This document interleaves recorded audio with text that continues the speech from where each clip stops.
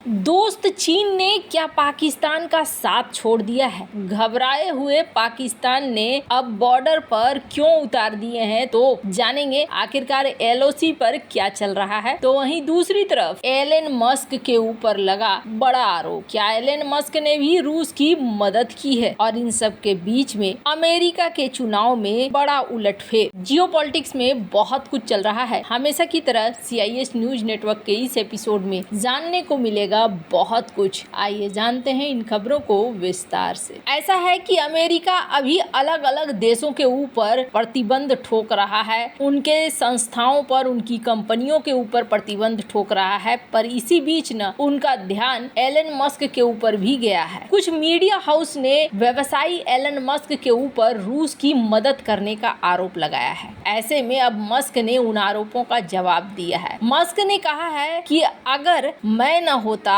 अगर स्टारलिंक न होता, तब तो यूक्रेन बर्बाद हो गया रहता, यूक्रेन के पास कुछ भी नहीं बचता। आपको बता दूं ये क्यों बोल रहे हैं ऐसा। रूस यूक्रेन युद्ध जब शुरू हुआ था ना, तो रूस का टारगेट था सबसे पहले उड़ाना है उनके संचार माध्यम को। कम्युनिकेशन नहीं रहना चाहिए, इंटरनेट अवेलेबल नहीं रहना चाहिए। और इस चीज को करने के लिए रूस ने सबसे पहले उनके ऐसे इंफ्रास्ट्रक्चर वाले कंपोनेंट्स को उड़ाना शुरू कर दिया जो कि उनके कम्युनिकेशन को रोके, और रूस इसमें सफल भी हो गया। रूस का असल प्लान कहा जाता है कि 7 से 15 दिनों का प्लान था। रूस ने कभी नहीं सोचा था कि ये युद्ध इतना लंबा खिंच जाएगा। 7 से 15 दिन में रूस का प्लान था कि इन इलाकों पर कब्जा कर लेना, और इसके लिए सबसे पहले इन्होंने कम्युनिकेशन को तोड़ दिया। लेकिन यहाँ पर यूक्रेन ने एक ऐसी मदद मांगी, और ये मदद मांगी थी एलन मस्क से। एलन मस्क ने ये मदद दे भी दी, और मदद देने के बाद स्टारलिंक की छोटी छोटी डिवाइसेस उतरने लगी यूक्रेन के अंदर। युद्ध क्षेत्र में भी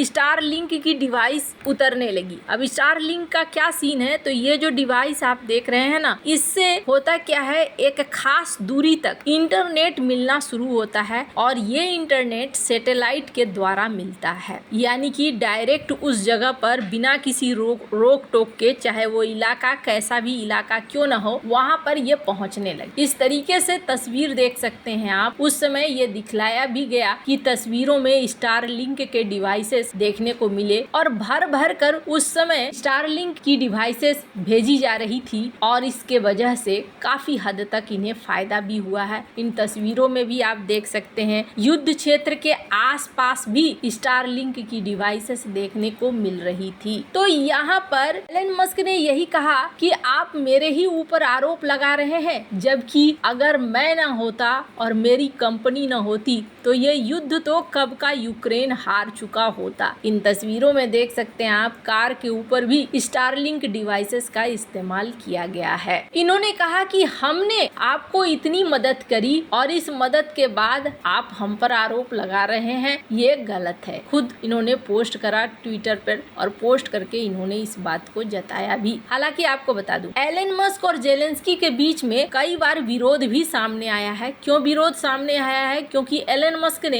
एक बार कहा था कि इस युद्ध को समाप्त कर दो, और इस युद्ध को समाप्त करने में इन्होंने रूस की कुछ मांगों को मानने के लिए कहा था कि इन मांगों को मान लो और इस युद्ध को खत्म कर दो। और तब जेलेंस्की ने बड़ा खराब जवाब दिया था एलन मस्क को, और एलन मस्क को अपने सलाह को अपने पास रखने को कहा था। पर अब जो सीन है, दरअसल सीन ऐसा है कि यहाँ चुनाव का माहौल है। तो चुनाव के माहौल में कई बार ऐसा होता है कि आरोप लगाया जाता है। आरोप लगाने से चुनाव में भी कुछ न कुछ प्रभाव पड़ता है। पर इस बार का जो सर्वेक्षण आ रहा है ना, ये सर्वेक्षण एक अलग सर्वेक्षण आ रहा है। अमेरिका में 5 नवंबर को होने वाले मतदान से पहले ये जो स्टेट है, जिस स्टेट के बारे में हमने आपको पहले भी बताया है, ये स्विंग स्टेट है। स्विंग स्टेट मिशिगन में एक आश्चर्यजनक बदलाव देखा जा रहा है, और सर्वे से पता चला है कि गाजा युद्ध ने बाइडेन प्रशासन के खिलाफ जो गुस्सा भरा है, मुस्लिम मतदाता उसकी भड़ास कमला हैरिस हैरिस के खिलाफ वोट पर निकाल सकते हैं। रिपोर्ट्स में कहा जा रहा है कि बाइडेन प्रशासन से गुस्साए अरब अमेरिकी मुस्लिम वोटर्स के बीच का एक बड़ा वोट बैंक डोनाल्ड ट्रंप की तरफ शिफ्ट हुआ है और कई बड़े अरब मुस्लिम नेता डोनाल्ड ट्रंप के लिए चुनाव प्रचार कर रहे हैं, जो कमला हैरिस के लिए एक बहुत बड़ा झटका है। खासकर मिशिगन, जो कि एक स्विंग स्टेट है जहां काफी कड़ा मुकाबला होता है, वहां के मुसलमान अगर ट्रंप की तरफ जाते हैं तो कमला हैरिस का व्हाइट हाउस पहुंचने का सपना भी टूट सकता है। वैसे आपको बता दूं, पारंपरिक रूप से डेमोक्रेटिक झुकाव वाले मुस्लिम समुदाय का इजरायली सैन्य कार्रवाई को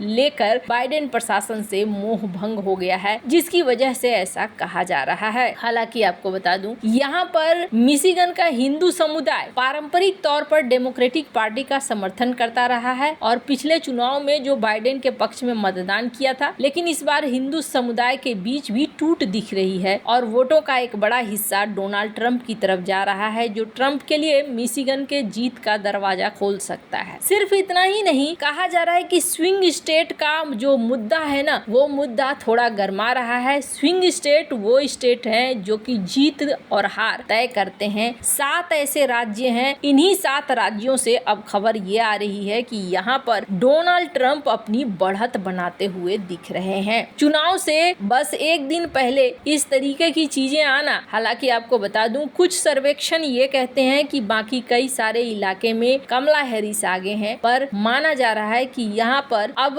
अमेरिका का चुनाव कुछ ऐसा चुनाव हो गया है कि अंतिम समय में क्या रिजल्ट होगा, क्या पूरा का पूरा रिजल्ट ही पलट जाएगा, आशा के विपरीत आएगा, कहना इस वक्त संभव नहीं हो पा रहा है। पर हाँ, चीजें थोड़ी सी पलटती जरूर नजर आ रही है। जहाँ एक तरफ ये सब कुछ चल रहा है, वहीं दूसरी तरफ हमने आपको बताया था कि भारत और चाइना के करीब आने के बाद पाकिस्तान के अंदर थोड़ी सी टेंशन बढ़ गई है और ये टेंशन अब दिख भी रही है। पाकिस्तान ने जम्मू कश्मीर से लगती LOC के पास हाल ही में अलग अलग तरह के तोपों का परीक्षण किया है। कहा जा रहा है इन तोपों में SH-15 ट्रक पर लगे 155 mm हौवित्जर के साथ और भी कई तोपें शामिल है। हालांकि ये जो तोपें जिनका इन्होंने परीक्षण किया है, ये चीनी कंपनी ने बनाया है। SH-15 तोपें अपनी निशाना साधो और भागो क्षमता के लिए जानी जाती है। वहीं पाकिस्तान की तरफ से ये सब कुछ ऐसे समय में किया जा रहा है जब देखने को मिल रहा है कि भारत भी जम्मू कश्मीर में काफी एक्शन वाले मोड में है और यहाँ पर भारत आतंकवादियों को लेकर बड़ी कार्रवाई भी